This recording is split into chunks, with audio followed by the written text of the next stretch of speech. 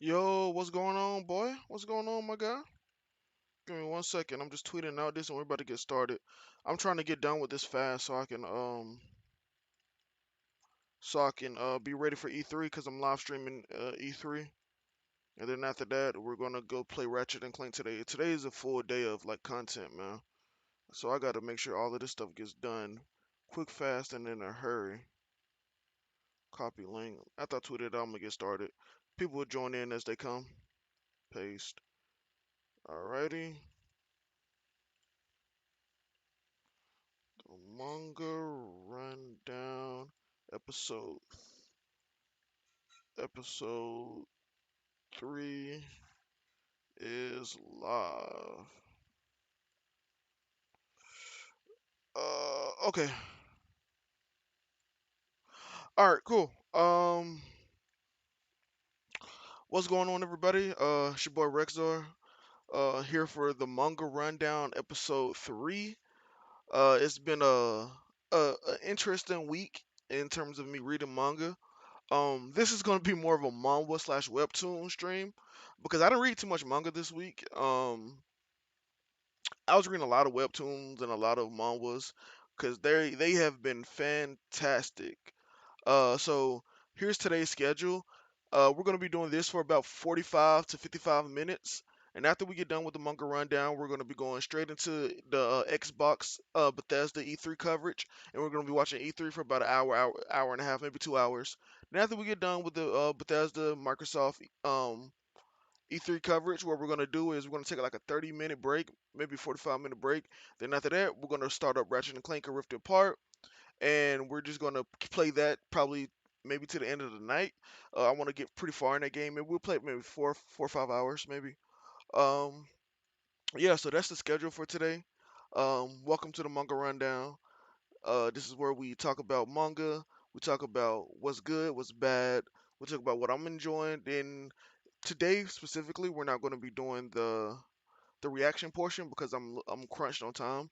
So we're just gonna do the what I read this week, and I'll maybe talk to y'all a little bit after I get done with the discussions. So uh, let's start off with our first series. So this series I binged in maybe a day, not even a day, like maybe like 4 or 5 hours. This series it has like 109 chapters. It's a American webtoon created by an American, and it's called Her Summon. Now Her Summon is an isekai, and basically how the series goes is the main female protagonist is a summoner, and what she can do is she can summon in her world, magic and mana is kind of on the low. So in order to uh circumvent that, they came up with the idea of summoning, and they're summoners because summons don't pull magic from their world, they pull magic from their the world they were summoned from. And our main protagonist, he we they call him Yatube, it's short for YouTube because he's a YouTuber. Basically what he does is he's a normal dude from Earth, but because he's transported to her world, he gains the attributes of like this great spirit. And what's really dope about it is that this dude is like clinically depressed. He has like super anxiety. Like he hasn't left the house in years because of an incident that happened to him out in public, and he got like a whole bunch of public ridicule. He was super shamed, and like it was like kind of like a cancel culture thing, and people started sending his parents and to his house mail. They started like sending death threats, all of that. So he basically was a shut in, and like literally him just going to the front door to like open it up is like a huge task. And when he gets summoned to that world, he like the anxiety goes it's like it goes away, and he's able to talk to people now, even though his speech is a little like broken up because he's not used to talking to people anymore. And like he's still a little quirky about certain things, but as the story progresses, he completely like shuts all of that down. And he eventually becomes super confident in that world. And what I love about this manga is that it really tackles the issues of dealing with like depression and anxiety really well, and like because we see the false front he puts up in their world where that he's summoned to, but the moment he gets put back into his own reality, he's he's like this scared little baby that is afraid to do anything outside in the outside world instead of being in his room, watch anime, and play video games. um, which is really dope to see because they tackle the issue really well, and it's not like something he gets over immediately. It's a slow, gradual progress of him getting over that, and the thing that gets him over that is not even like it's something huge where he forced his body and his mind to go out there in order to save somebody. So it wasn't like he like got over like just took slowly got over it. He was forced into a position where he had to get over it. But once he did get over it, it was a phenomenal experience. And then like let's just talk about it, bro. The art in this series and the action in this series is on a level maybe higher than Solo Leveling. It is oh my god, it's mind blowing. Like I've never seen a series that art and action is as good as this. Like it's like I was zooming through her summon. Like it was chef's kiss. Like I've never seen it. So if anybody's thinking about reading her summon, I would like 10 out of 10 recommend it. Now it's on I think it's Toonimics or whatever the website is. You have to pay for it. So if you don't want to pay for it, of course there's other means allegedly, but I pay for it because I support creators, and I recommend all of y'all support creators whenever you get a chance because like they put in all this hard work and they deserve support for the art that they created. And when I if I ever start making money, well, when I start making money with streaming and all of that and like releasing content myself, I would prefer people pay for my content, my merch, or whatever it is, and not pirate it. Because the work that goes into creating is a lot, and just to have people pirate that stuff and not care about the work you put in is a little disheartening. So that's why I buy all my music. I bought all my comics and manga. I bought all my movies. Like I buy everything. I support all creators, no matter what. I buy all my games. I don't pirate anything. Like it's very rare that I pirate anything, and usually the only time I do that is allegedly when there's no English release of something. So her summon, go support it. It's phenomenal. I don't want to spoil too much because I want everybody to enjoy themselves, and it is a tremendous read. All right, let's go on to the next one. Now, funny enough, uh, the beginning after the end. I actually have been reading this for weeks, but I never included it because I wasn't doing manhwas. But for the most part, this like 75% of what I'm talking about today is just manhwas. So I decided to finally include it. Uh, the beginning after end is a unique isekai because the main protagonist isn't like from our world. He's from another fantasy world. So and he's a king in that and he was a king in the world and he was a highly skilled combatant.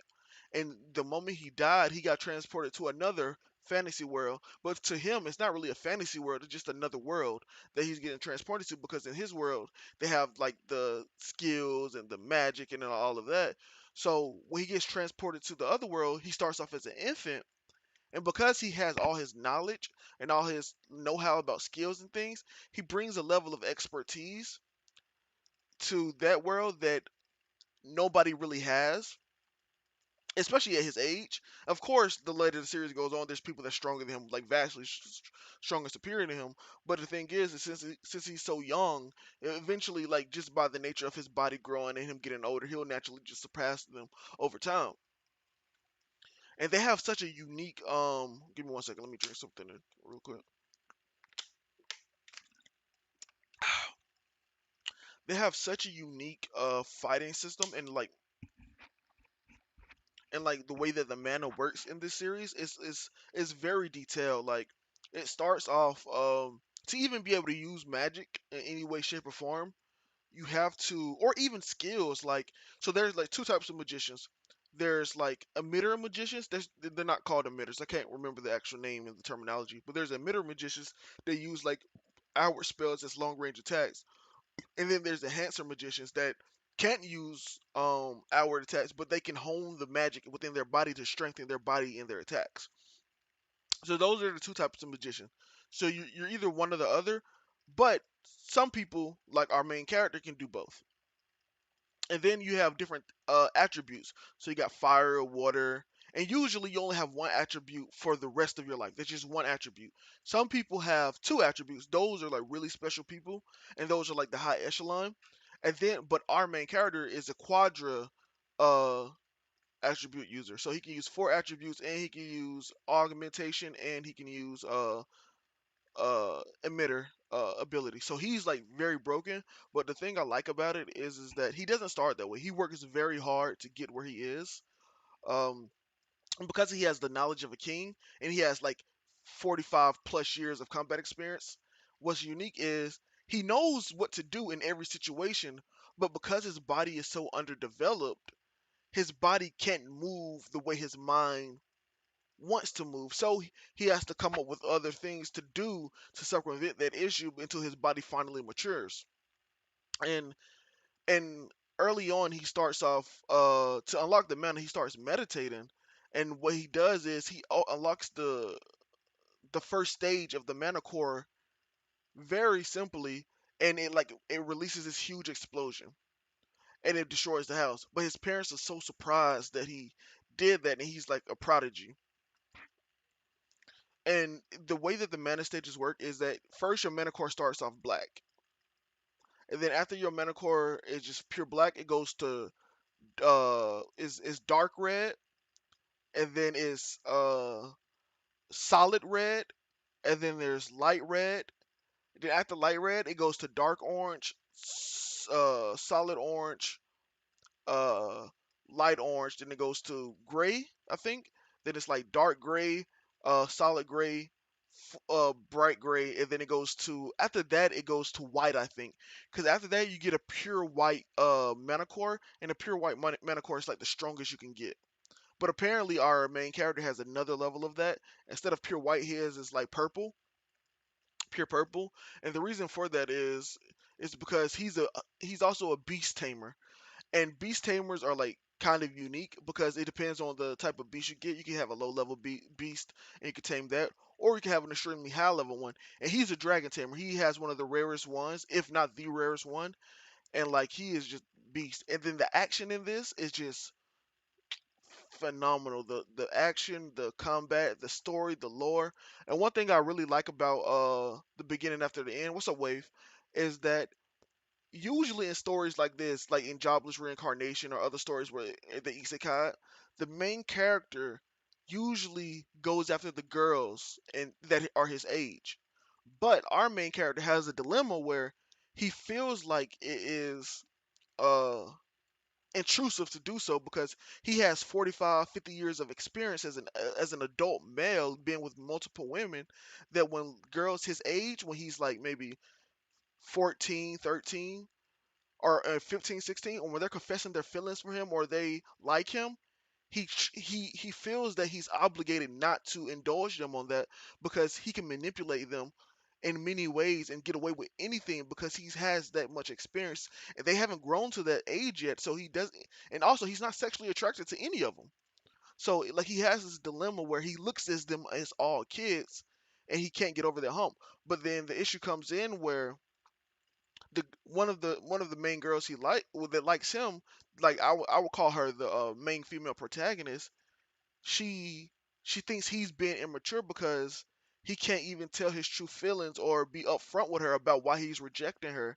And it's kind of this dilemma where he do I continue to put off these women because of my mind, or do I finally act my age and realize I was reincarnated after I already died as a 50, 60 plus year old? Because the only difference is if reincarnation is real and it happens all the time, he just happens to have his memories. So technically he is still a 14, 15, 16-year old at the time. So it's technically not wrong, but his mind, he can't get over that hump, that mental image of these are kids he feels that he's higher than them still, and that he's more of an adult than them.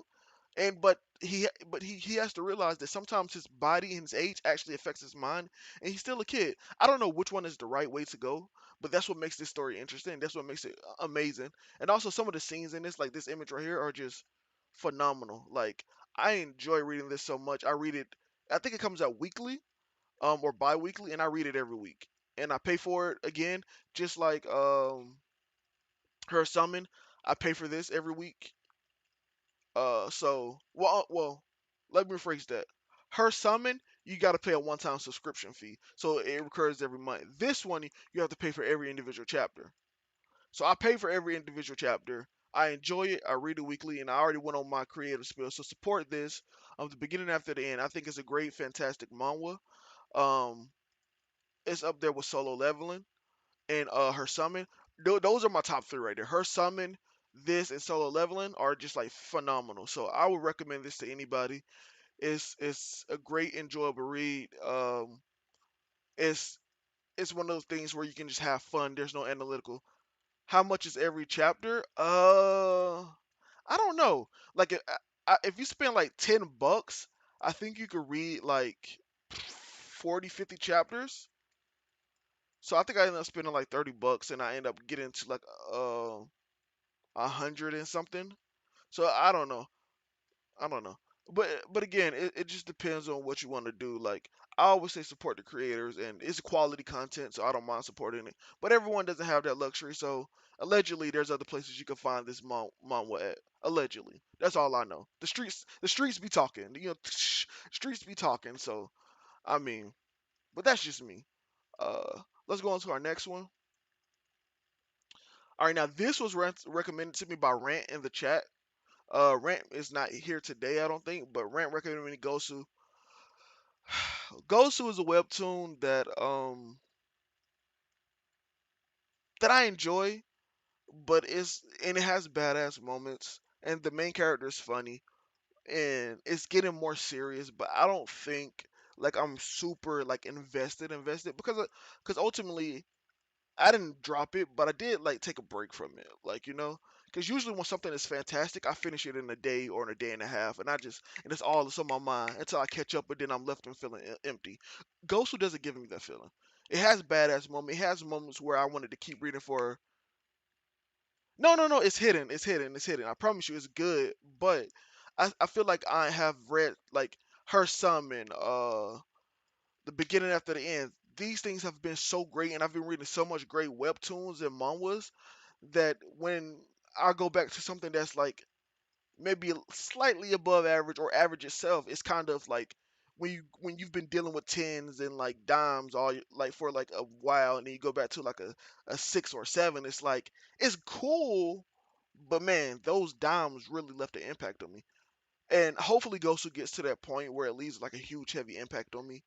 It's funny, it's comedic. I laugh at it, and it has more comedy than the other series. But you know, I think that there is a little there's fluff in there. Like, it's a lot of fluff, and I think that if they got rid of some of the fluff, it would be a better series. But the moments that are hype, they're hype. Like, I'm jumping out of my seat hype. But like the other stuff is like to get to those moments, it's just a little bit of a grind. So like, be wary if you're gonna read Gosu. I don't want to spoil it because like I feel like like the thing with Gosu and like a lot of the things that happen are like kind of spoilery. So I think I would just say be cautious if you read it. The main character is dope, and it's really funny. So I would say I would say if you are into manhwas and webtoons and you're okay with that type of content, read it. If you are looking for something a little bit more sophisticated just to get your thing, don't do it. If you get bored easily, or like you have a short attention span, sometimes this doesn't provide that quick satisfaction and relief. So I may not recommend it to those people. But if you're just looking for something dope to read or something that's like you can just turn your brain off with and enjoy it, Gosu is for you, man. And I enjoy it here and there, and I think I'm gonna finish it probably this week, and then I could give like a better like take on it because I got like maybe 45 chapters in, and I haven't dropped it, but But let's go on to the next one, because I'm trying to wrap it through all of this because eventually I want to get to my hero. That's gonna be the longest portion because I have a lot to say about that, and I'm trying to be done in time for E3 so I can stream the E3 live reaction. Okay, so boom. All right, now Mission Yakuza family. All right, where do I begin with this series? Give me a second. This is the first manga we're talking about. Um, it's okay. Like it's mid. It's like Yakuza family is the definition. You finna read the first two chapters of Shamu. I don't have time today, Wave. I honestly don't have time because I gotta finish this and then I gotta do E3. Then I gotta do Ratchet and Clank. Like because June is like big gamer month, and I have a lot to do with that in terms of gaming this month. So I'll I'll you know what later tonight I'll just do a live reaction inside of Savage Mob and I'll read it there. That's what I'll do. Um, so yeah, I do that. But yeah, I don't have time to read it today. I'm not doing any live. I'm not doing any reactions to any chapters of anything because I got like 15 minutes left, maybe 20 minutes left. All right, I just talked about Gosu rant, so I just talked about Gosu.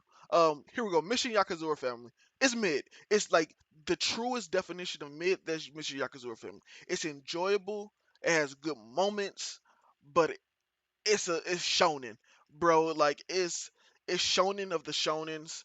There's nothing wrong with that, but the way people were hyping it up, I thought it was gonna be something more. It's not. It's mid. I enjoy mid, so I'm gonna continue to read it. Eventually, I put it away for a little bit because it just wasn't, scratching that itch like that I get from a lot of series. That even if they are mid, I want to keep reading it. I read maybe 30 chapters of Mission Yakuza Family. Um, and it's just it's cool, but like it's spies, but the spies have like superhuman abilities. I would rather if we're gonna do a spy manga, I would rather it just be realistic and it just be a realistic take on spies. Like if they had this series, but it was realistic spies and it had the same premise, but not with all the crazy BS. I think I would enjoy the series a lot more, but because it adds that shonen power up bullshit, like it just makes it like mid beyond compare. So I wouldn't recommend Mission Yakuza Family. If you like shonen and shonen is your bag and that's all you read and watch, this series is going to hit all those high notes for you, and this is going to be one of your favorite series.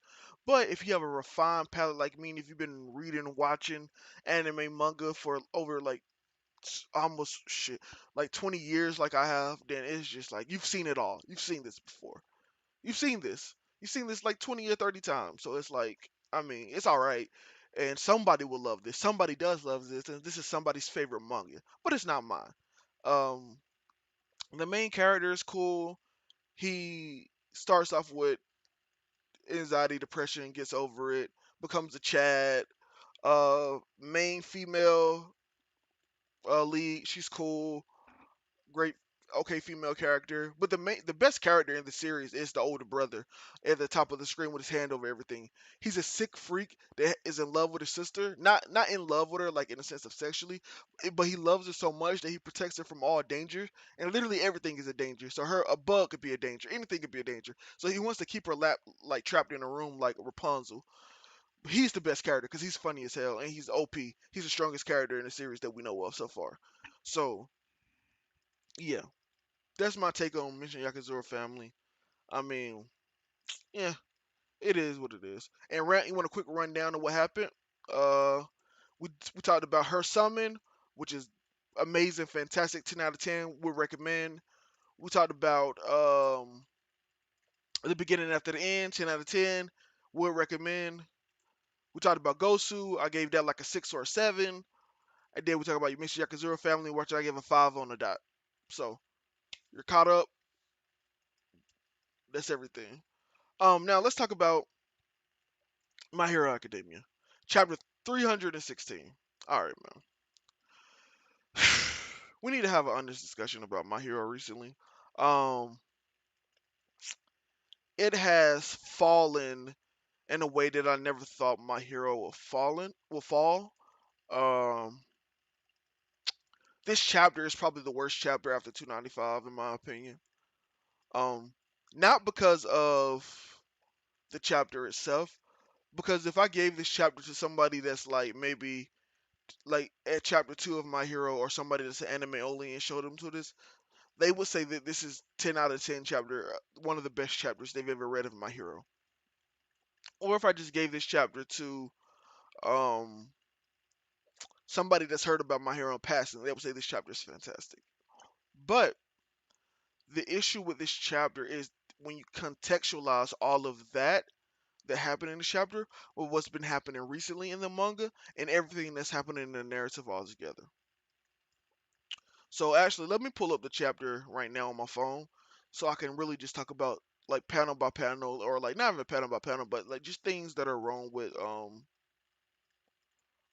this chapter in general. All right, let's start off with number one. Hawks' wings coming back in the story. The issue with this is that I don't have a problem with Hawks' wings coming back by itself. Hawks getting injured, his wings been injured, and they're coming back. It's not an issue in itself. But Horikoshi does what he's always does, what he's been doing since the beginning of the series, which is trash, and I don't know why he continues to do it. He overpromises, and again, guess what? He underdelivers, or he sets something that's cool up that he doesn't have to do, and he doesn't follow through with the setup that he set up. Point in case, Dabi, who has the highest firepower in the entire series, the hottest heat, stood on this nigga's Hawk's back and burned him on his back with blue flames that should cauterize his cells, that should kill the dead cell, like kill all those cells, so there should be no cellular growth on his back. That's what happened to Hawks. Not only that, we get a scene in the war where Tokiyami and Dark Shadow say his back is destroyed, is burnt, and then we see Hawk's back just completely destroyed and burnt. We have all of that, all of this hype and build up for Hawks being crippled and not being able to be fast anymore, just for him to get his wings back. I've been calling it that this was going to happen, but why though? Horikoshi, why do all of that if he's just going to get his wings back? Like I don't get it. Why do you overpromise so much if you're just gonna just like nah, no shot. I'm not gonna do that. It's like it's irritating, and it happens again and again and again and again. After a while, you get burnt out of it, man. It's like, come on, Horikoshi, please just stop. Stop with the BS. Stop overpromising. Yes, and this is a rant. I'm ranting right now. This is a rant about My Hero. Part two, the second issue. Why is Nagun alive? Why? For what reason is she alive? Why is she alive, man? Rant said, did they say his cells was destroyed on the cellular level? Uh, Rant, when you get burnt by something, that high heat, it automatically kills the cells on your body. Like when people have 30-degree burns, it is disfigured and nothing, and it doesn't go back normal. This is higher than 30-degree burn. We know because Dobby has blue flames, which is hotter than red or yellow flames, and it was directly on his back. So he should have no cell growth whatsoever on his back anymore, or any healing done. It would like heal, but it should be disfiguring, and no new cells should grow on it. That's just the way it works. That's the way it works in real life, and that's the way Horikoshi has presented his story. That the damage and done to bodies, it doesn't matter, bro. It doesn't matter if they said it. Horikoshi throughout the entire series has set a precedent of injuries mattering and injuries being realistic, and this wasn't that. You don't have to say it. You don't have to say it for things to happen. That's just the case. Like if that's the case, I should never take anything seriously in My Hero when it comes to injuries. If I'm going to go by what you're saying, then that's what should happen. But on to the second thing, Nagant. There's no reason for Nagant to be alive at all. Like for what reason? She literally, all for one, literally had a bomb in her face and it exploded on in her face. Why is she alive?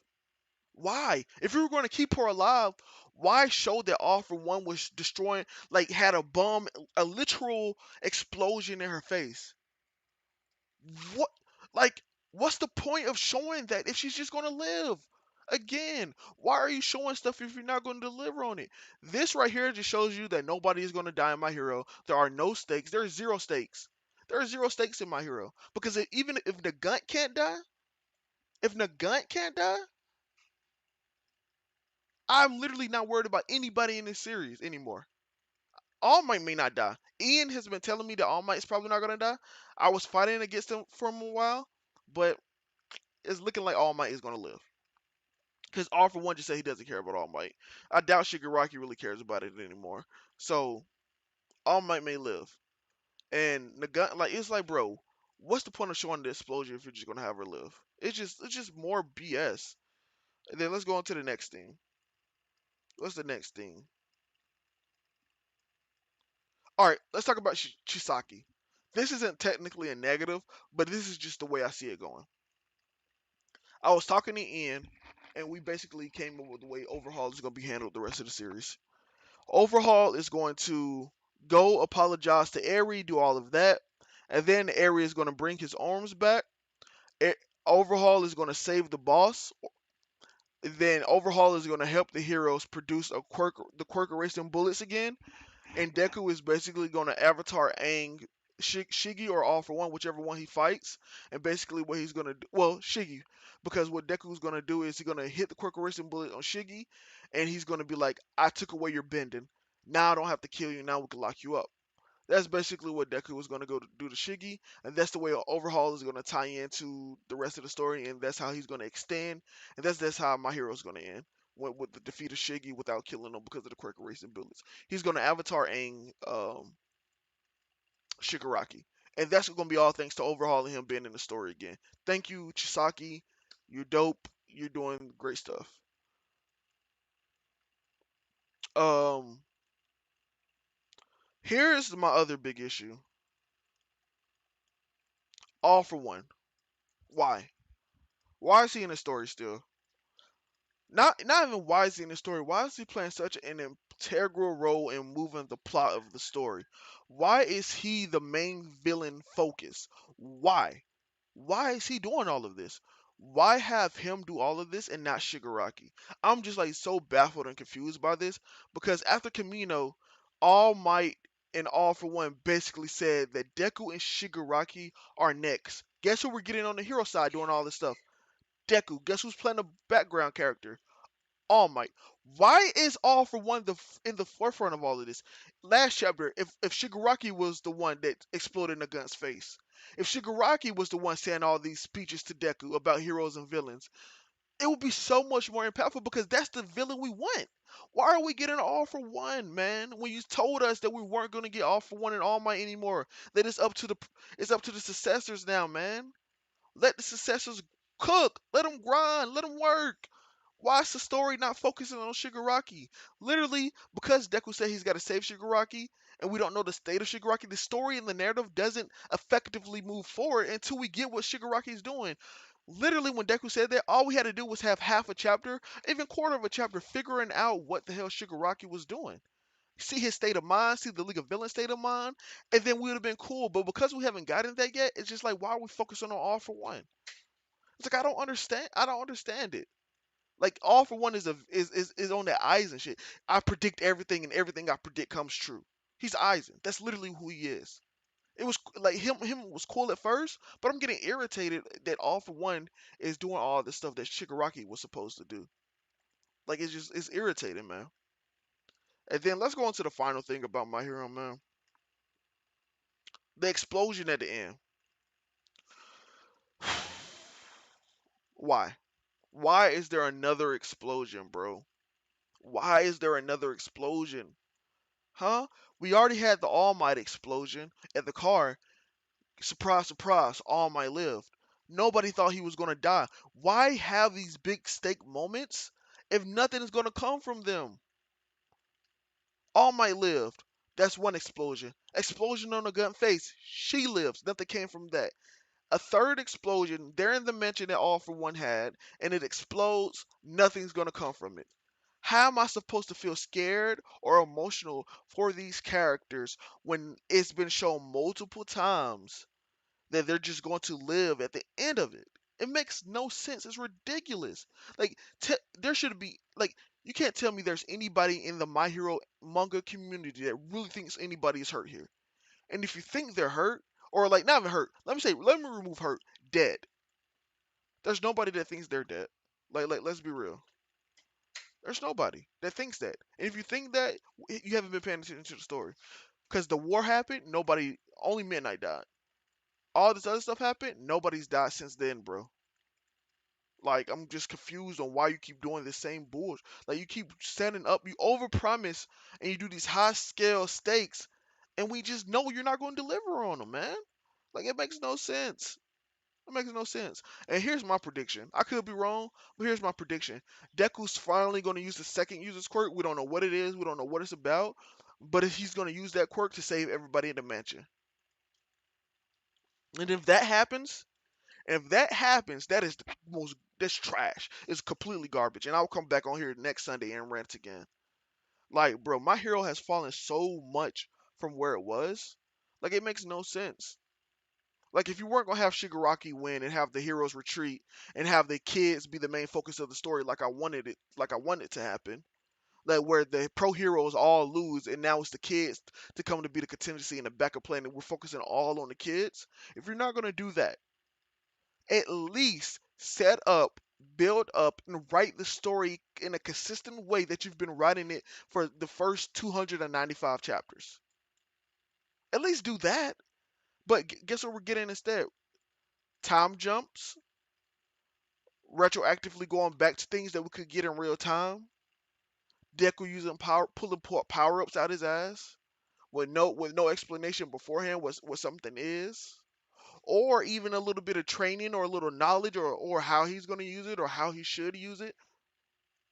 We get Gran Torino not dead, giving Deku his cape, even though it doesn't hold the same significance as if he's alive.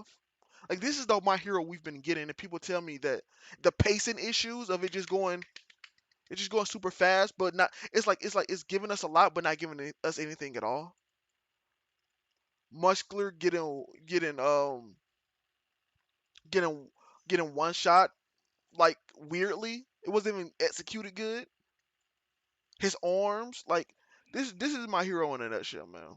Um, I don't know what else to say about it, but it's very disappointing to see something you love just fall down. I mean, and that's what's been happening, bro. It's not at One Piece levels. It's not at Game of Thrones level, but it's been slowly dipping.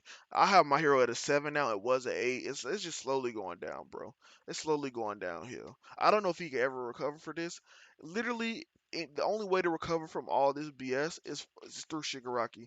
The whole story is on Shigaraki's shoulder. However he writes Shigaraki and however Shigaraki impacts the narrative of the story is determines if My Hero is going to be back in my good graces and back in the contentions of considered a classic, or we're just going to be another mid shonen that people overhyped. So I mean, and you know the churches. I mean not church, but the My Hero. Yeah, fuck it. The Church of My Hero and the My Hero community are gassing this up. You know they love it. You know they're not going to say anything bad about the series. So it's just frustrating that nobody is admitting that there are flaws in My Hero as of late, and that the writing style is different. It's like two different people are writing the narrative of My Hero. Of course, there are the black sheep like me, Ian, Flo, Dustin, people in the My Hero. Even some people in the My Hero church are not feeling like a lot of the stuff going on, and they have issues with it. But it is what it is at this point, bro. Yeah. But we're about to go start getting ready for the E3 live reaction. I'm about to go get me some food, and then we're gonna be streaming E3. I think I'm gonna end the YouTube broadcast and just only stream on Twitch. So thank you for everybody that came through today. Rant, Wave, Giorno. Um, we'll be here next Sunday for the manga rundown episode 4, and that one will be a full manga rundown, like it's supposed to be. Um, Make sure you like, comment, subscribe. Hit that bell notification for any time I drop. I drop every Sunday. Um, Thank you, and let's end this stream.